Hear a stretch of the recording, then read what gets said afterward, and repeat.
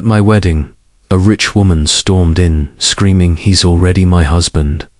Everyone froze. But then she showed proof that shattered my bride's entire world. It was supposed to be the happiest day of my life. I woke up early, heart pounding with excitement, barely believing this day had finally come. The morning sunlight filtered through the curtains of my apartment, painting golden lines across the floor, as if the universe itself was blessing my wedding day. I'd waited years for this, through heartbreaks, struggles, and the endless ache of feeling like I'd never find someone who truly understood me. But there she was, Eliza, my best friend, my love, my soon-to-be wife. She had stood by me when I had nothing. She loved me through my silence, my past, my failures. Everyone always said I didn't deserve her, that she was too radiant, too good-hearted, too whole. And maybe they were right. But she chose me. We chose each other. So when I arrived at the venue, everything felt like a dream. The decorators were setting up the floral archway Eliza had fallen in love with months ago. My mum was in tears already, adjusting her makeup while telling every distant cousin how proud she was. And I just kept breathing, steadying myself, as the weight of this day hit me in waves.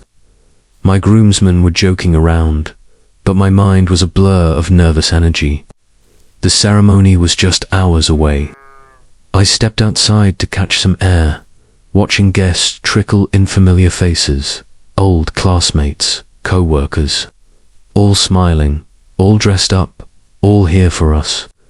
I remember checking the time every few minutes. Where was Elisa? Then suddenly, I saw her car pull up. The driver stepped out, opened the door, and there she was, like something out of a painting. Her dress was elegant, understated, yet magical. Her smile, radiant and teary, locked onto mine. We didn't speak. We just stared at each other for a long second that felt like a lifetime. And I thought, this is it. This is forever. But nothing, absolutely nothing, could have prepared me for what would happen just 30 minutes later. We had barely made it to the altar. The music was playing softly. Eliza's father was walking her down the aisle, proud and beaming. I remember feeling my palms sweat as I looked around at all the smiling faces. And then suddenly the doors slammed open with a thunderous bang. Everyone turned. Gasps echoed through the hall. A woman, tall, elegant, and dressed in deep red, stormed in like she owned the place. Her heels echoed as she walked down the aisle. But it wasn't just the boldness of her entrance, it was the expression on her face.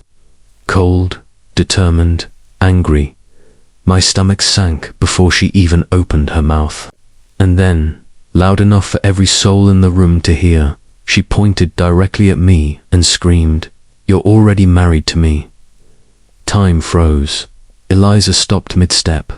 Her father tightened his grip on her arm. Murmurs broke out. My mother dropped her bouquet. My heart nearly stopped. Who was this woman? I stared at her, searching her face, trying to place her. Was this some kind of joke? A prank? A last-minute mistake? But no one laughed, especially not her. She walked right up the aisle, eyes locked on mine, and with every step, I felt something unraveling inside me.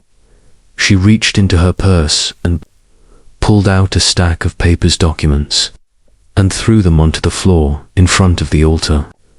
"You promised me," she yelled. "You vanished after everything we went through, and now you're marrying her." I couldn't speak, couldn't move. Eliza turned to me, trembling, her voice barely a whisper. "Do you know her?" My mouth opened, but no sound came out. I had no idea how to explain what was happening, because deep down, in the foggy back corners of my mind, something told me this wasn't a mistake. I knew that face. I had seen that face, somewhere, somehow, but I had buried it deep. The woman whose name I couldn't even say, yet turned to the crowd and screamed, "Ask him about Vegas. Ask him about the vows we exchanged at midnight. Ask him what he promised me before he disappeared like a coward."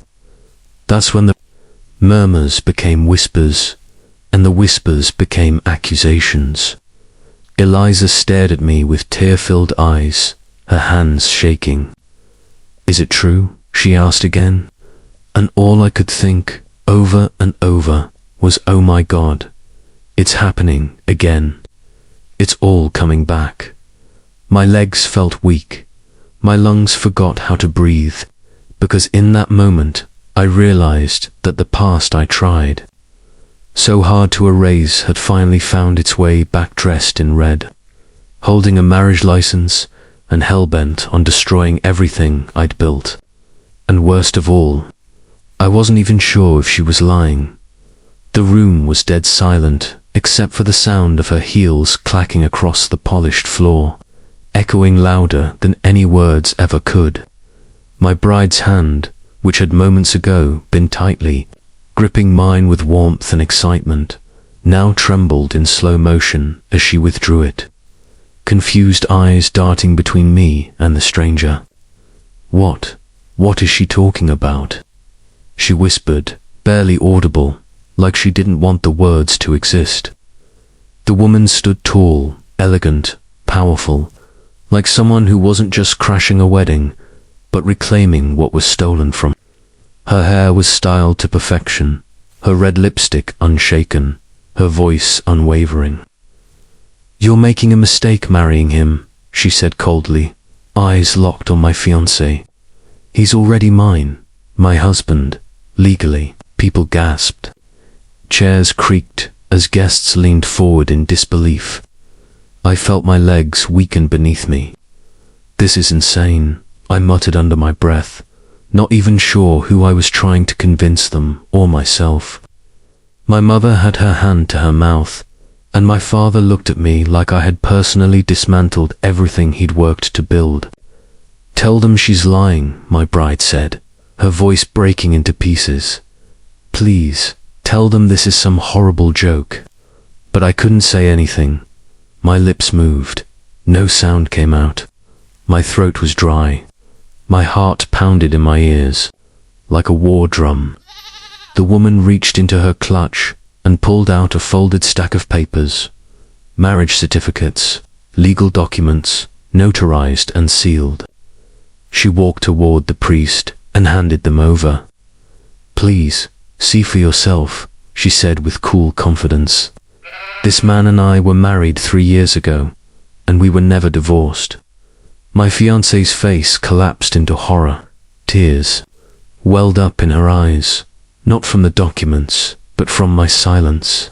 She looked at me, pleading, breaking apart right there at the altar.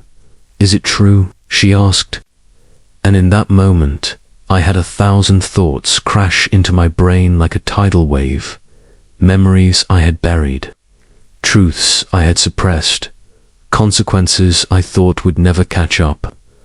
I looked around and realized that no matter what I said next, this day, our wedding was never going to be what we thought it was. "It's complicated," I finally whispered, a weak, pitiful excuse for the explosion I had just caused. She took a step back, like my words were physical blows. The guests erupted. Whispers turned to murmurs, murmurs into yelling. My bride's father stood up, fists clenched. "You lied to my daughter," he roared. "You bring shame to this family." The woman, my alleged wife, just watched, arms crossed, satisfied, maybe even vengeful. And then she said it, clear and loud. "You thought you could leave me behind. You thought you could erase me. But I never forgot you. And I never signed those divorce papers you begged me for." My heart stopped. This wasn't just a crash. This was an ambush. My sins had walked in dressed in wealth and power and flipped the entire day upside down. And the worst part was, she wasn't lying, just when I thought my world couldn't spin any faster. The woman's eyes locked onto mine like she was staring through my soul, unbothered by the stares, the whispers, or the dozens of phones now secretly recording the chaos she had unleashed. "Tell them, Daniel," she said, her voice trembling not with fear, but with heartbreak. I swallowed hard, my throat suddenly dry, my hands still gripping Emily's fingers, which had gone ice cold in my palm. "I don't know who she is." I finally managed to say, each word heavy and hesitant, as if I wasn't entirely sure of them myself. The room gasped again. This wasn't a declaration, it was a doubt. My mother rose from her seat, her expression unreadable, while my father stared at the woman like she'd just come back from the grave. "You don't know me," she said again, stepping forward, pulling something from her purse, a photograph.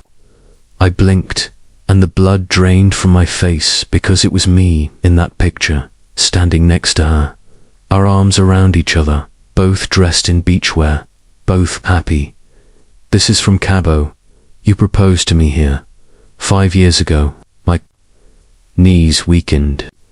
Emily snatched the photo and studied it, her eyes scanning my face and the other woman's.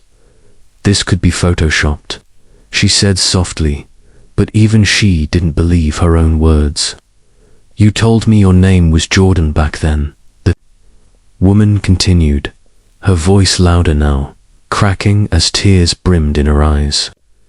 "You disappeared after our honeymoon, said you were going to get groceries, and just never came back.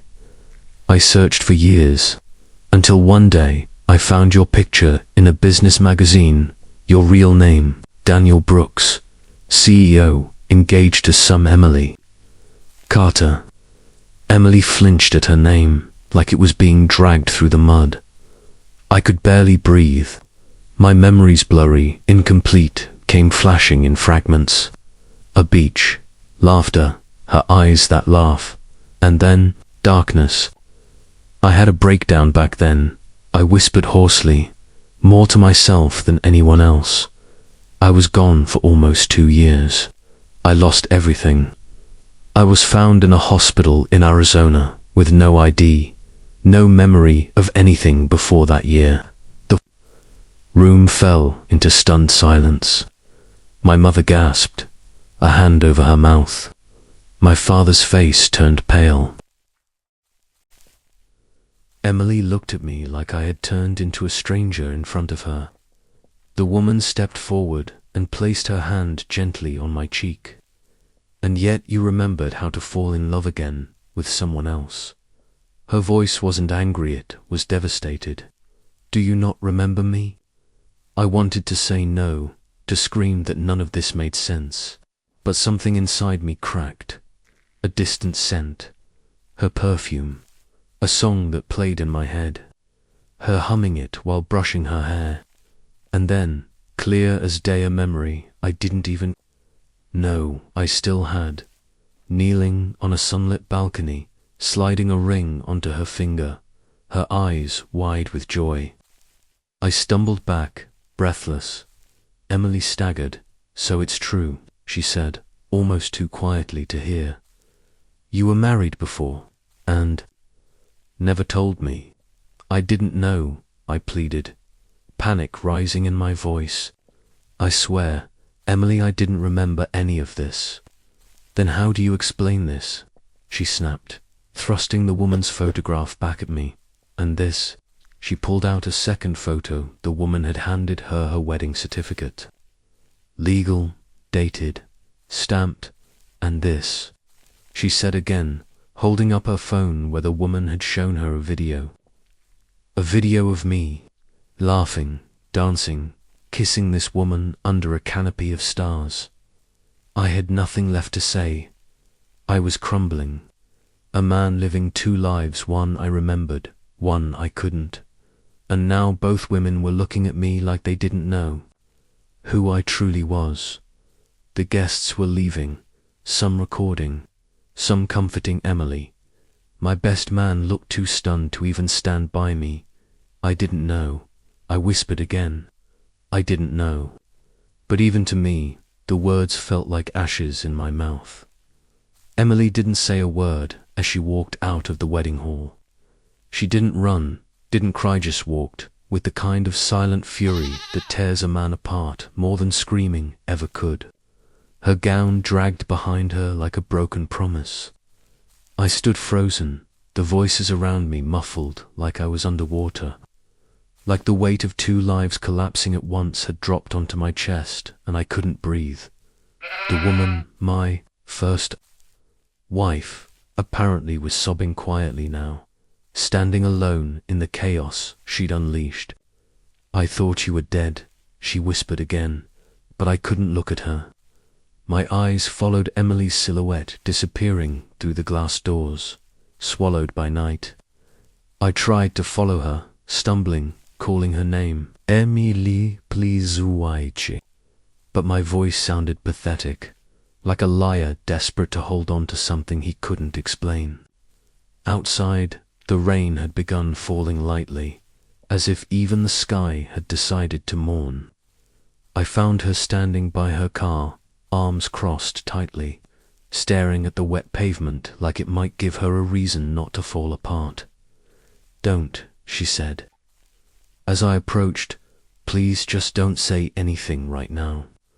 I didn't remember her. I said anyway, "Emily, I swear to you, my past is a blank slate. I wasn't hiding this. I couldn't have. Do you know what today was? Supposed to be for me?" She said suddenly, her voice trembling. "It wasn't just a wedding. It was the one day in my life I believed I was safe, that I was seen, that everything I had given to someone finally meant something." Her eyes met mine, red and raw. "And then she walked in and called you her husband. And you didn't even deny it, not really. You looked at her like some part of you knew her. Because something in me did," I admitted, tears in my throat. But I didn't know what it was until she started talking. She turned away. "Do you have any idea how that felt? To watch the man I was about to marry turn into a stranger in front of everyone I know." Her voice cracked. "How do I even trust what we had now? Were you just filling the empty parts of yourself with me? With my love, Emily, please, I love you. I never lied to you. If I had known, I would have told you the moment I remembered." "That's the problem," she whispered. "You didn't even know there was something to tell." A silence stretched between us like a chasm. Then she opened the car door. "I need space. I need time.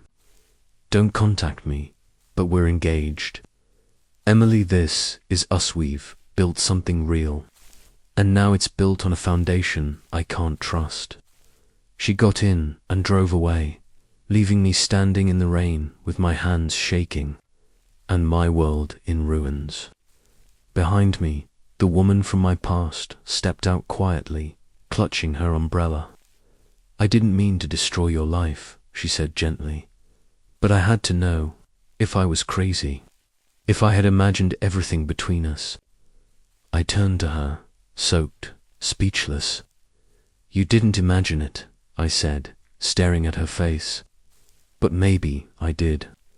Maybe I imagined I could start over without ever confronting the cracks beneath me." The sound of sirens echoed faintly in the distance, but all I could hear was the sound of two lives love staring apart in different directions, and, for the first time in years, I didn't know who I was anymore. The days after the wedding felt like I was living underwater, every sound muffled, every second stretched out. I didn't sleep. I barely ate. I stared at walls, ran my hands through my hair, checked my phone every minute, but Emily never called, never texted, and I couldn't bring myself to message her either, because what would I say? Sorry, a mystery woman crashed our wedding and called me her husband. The woman, her name was Cassandra, stayed in the city. She said she wasn't going anywhere until she helped me remember. Until we both had answers. I wanted to hate her, but I couldn't. Because deep down, I saw something in her eyes. Some terrifying glint of truth that whispered, she might not be lying. So I agreed to meet her. We sat across from each other in a quiet upscale cafe. She stirred her coffee slowly. You were gone 3 years ago, she said softly, avoiding my eyes.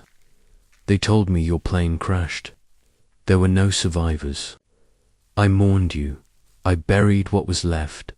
And then I moved on. I had to. I don't remember a plane. I don't remember you, but I believe something happened. We lived together in Cape Town. You were working on an oceanographic survey project. You were a scientist. I blinked. That was impossible. I've never even studied science. You had a PhD in marine biology, Jacob. My name is. I go by Nathan now. She laughed, a broken, hollow sound. You changed your name. You're not even trying to find your past. I didn't have a past to find, until you walked into my life like a grenade. You didn't even recognize me. That was the part that hurt the most, she whispered. The way you looked through me at your wedding like I was a stranger. Because I didn't know who you were, Cassandra. If what you're saying is true, how is that possible? How can I forget an entire life? A marriage? She pulled something from her bag. A photo, blurry, sunlit. But I was in it, laughing, holding her hand, younger, happier. This was us in Zanzibar, she said. It was your favorite trip. You said you'd never seen the ocean like that before. I stared at the photo. My heart didn't spark. My brain didn't click. But my stomach twisted. Because it was me and I was smiling. I have more. Videos. Letters. Things only you could have written. Then prove it, I said. Prove I was yours. Because if I believe you, then everything I have now crumbles. Emily, our relationship, my entire identity. Then don't believe me for me, she interrupted. Believe me for you. Because I think someone took your memories, Jacob. I don't think this was an accident. That sounds insane. So does a dead man showing up with a new name, at a wedding, with no memory of the life he lived. I stood up, shaken. I need time. I'll wait, she said, folding the photo back into her bag. But memories don't stay buried forever. You'll start to remember. And when you do, I hope you'll come back to me. That night, I stared at my ceiling and wondered, what if this was a test? What if the universe was asking me to choose between the love I built and the love I lost? And what if I was never supposed to make it out of that plane alive? The days bled into nights, and still I couldn't sleep. Every time I closed my eyes, I saw her face. Not Emily's, the woman I was supposed to be starting my life with, but Cassandra's. The woman who claimed we already had a life together. A life I couldn't remember, but couldn't shake either. I spent hours alone, watching the videos she sent me. Old home footage of us on the beach, cooking dinner, dancing like fools in a small living room lit only by fairy lights. Her laugh was real. Mine was too. I looked like a man who was deeply in love. I looked happy. But why didn't I remember? What kind of trauma erases years of your life? And why had no one looked for me? Why had I reappeared years later in an entirely different country, with no family history, no childhood photos, no past? Something didn't add up. And the more I pulled at the threads, the more the fabric of my current life began to unravel. Even Emily noticed. She came by one evening, her eyes swollen and red. "Why haven't you tried to fix this?" she whispered. "Why haven't you chased me like you chased every stupid dream before me?" "I don't know who I am anymore," I said truthfully. "How can I ask you to be with someone who doesn't even know his real name? That woman isn't your wife. She can't be." "I don't want her to be," I lied.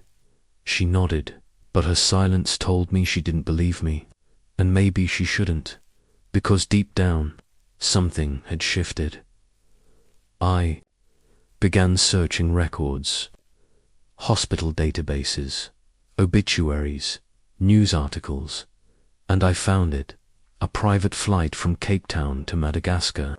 Mechanical failure. Crashed into the ocean. All presumed dead.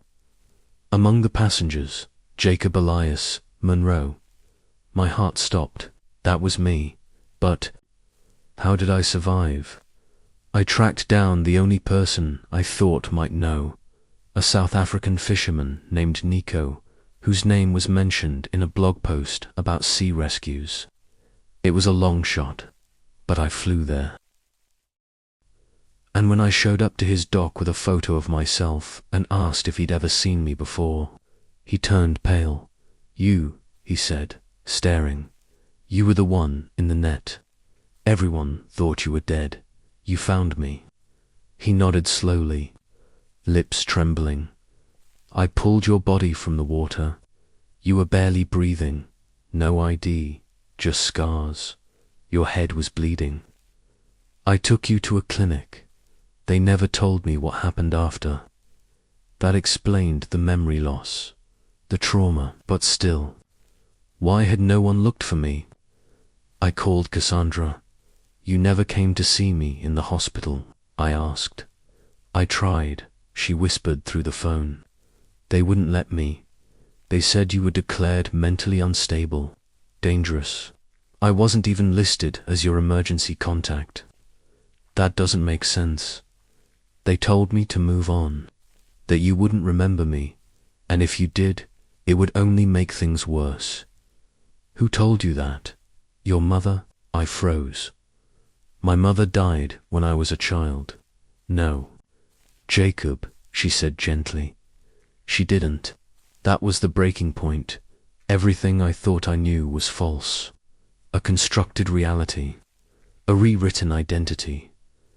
My name wasn't Nathan Carter. It was Jacob Monroe, and someone had gone to great lengths to bury that truth. The question was, why? I booked the next flight home. I wasn't running anymore. I was going to confront the people who rewrote my past and uncover why the life I had was never meant to be remembered. I arrived at my old estate just past sunset. The gate familiar but ghostly in the evening haze creaked open like it had been waiting for me. Everything felt both strange and painfully familiar, like walking into a photograph of someone else's memory, only that someone was supposed to be me. Cassandra was waiting, not with anger, not even with hope, just stillness. A woman exhausted by love. You're home, she whispered. I'm not here to stay, I replied gently. I'm here for the truth. She nodded, as if she knew this would come eventually. Then let's go inside. The house was filled with reminders, photos of us together, birthdays, vacations, candid moments in the kitchen. I touched one frame, a shot of me holding her hand under a sky full of lanterns. I looked younger, freer, and deeply in love. She pulled out a dusty box. Inside were hospital records, psychological evaluations, and letters. Dozens of letters she'd written me over the years, none of which had ever been delivered. I came every week, she said, her voice trembling, but they kept me away, your mother. She paid to keep it quiet. My mother, but why then? She handed me the will, my will in it. I had left everything, every cent, of my multi-million-dollar estate to Cassandra, but only if I died still married to her. If I divorced her or remarried, everything reverted to my mother's name, and from there, to Emily's father's firm. A quiet silence settled. It all made sense now. I was never meant to remember, never meant to return. My mother had orchestrated the amnesia treatment after the crash, hid my identity, faked a life for me, then introduced me to Emily, whose father's financial empire was closely tied to my family's. It wasn't a love story, it was a transaction, a merger. They used me. And Cassandra, she was the collateral they tried to erase. I was shaking, rage, grief, but mostly clarity. I don't know if I can ever be who I was, I said to her, but I know who I don't want to be anymore. She walked up to me slowly, took my hand. You don't have to remember our past to choose our future. I looked into her, eyes warm, broken, waiting. I choose you, I whispered. The next day, the world found out the truth. I held a press conference, told my story, named names, declined every inheritance tied to manipulation, walked away from every dollar not earned with honesty, and for the first time, I felt free. Emily's silence said everything. I think she knew too, she just hadn't known how to walk away from the power and the lies. Cassandra and I moved away, far from the cameras, far from the noise. We didn't need the money. We had peace, and sometimes, when we danced barefoot in our tiny living room beneath those old fairy lights, I forget the years we lost, because now every new moment feels like one we chose, and that is everything.